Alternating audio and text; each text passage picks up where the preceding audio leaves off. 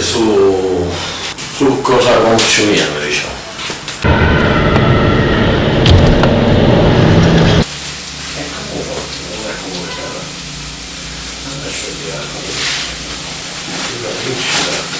La casa, diciamo, sul poco. La famiglia, c'è una mia. E come fanno a decidere? Innanzitutto il rappresentante della famiglia non decise che non so come lo decide. Se magari qualcuno vuole insegnare, bisogna contactare le cose. Se dare una mano, ma tutta cosa non conosce. E ormai siamo scocciati e cosa non conosce. Come si fa? Non lo mondo, sono ammazzato, che avesse una moglie poi che si può fare. E per eso, non sa una camminata, ci vuole pegare, cosa mossa, un po' ritmo.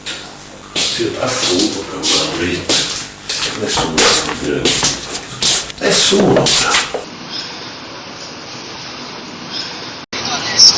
Se tu fai 4 punta, se fai 4 punta mi manda un messaggio, bacionissimo cugino, e io capisco, a posto, bacionissimo come stai?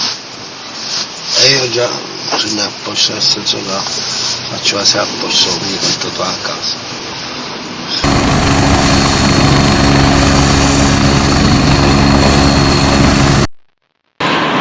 Dammi un caffè. Ho dovuto cadere alle spalle, non sei molto.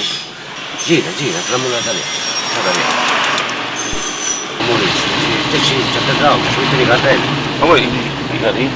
No, non ci perdete. Ho telefonato a una comunità, un paese. Se scavo tutto il troppo,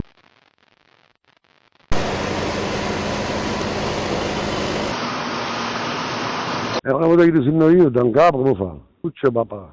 Non c'è quel papà c'è adesso, no? Certo. Cioè, tu spagoccio mimmo. Ah, Non da niente, cose, capisci? Sempre di tempo. Quando vai a che banda sempre bisogna qualcuno, capisci come? Lo so, ci so. Gli africani come si fanno? Gli africani ci usarono sotto i garage. Sai, sono belle lasciate a banda, capisci come? È possibile adattare?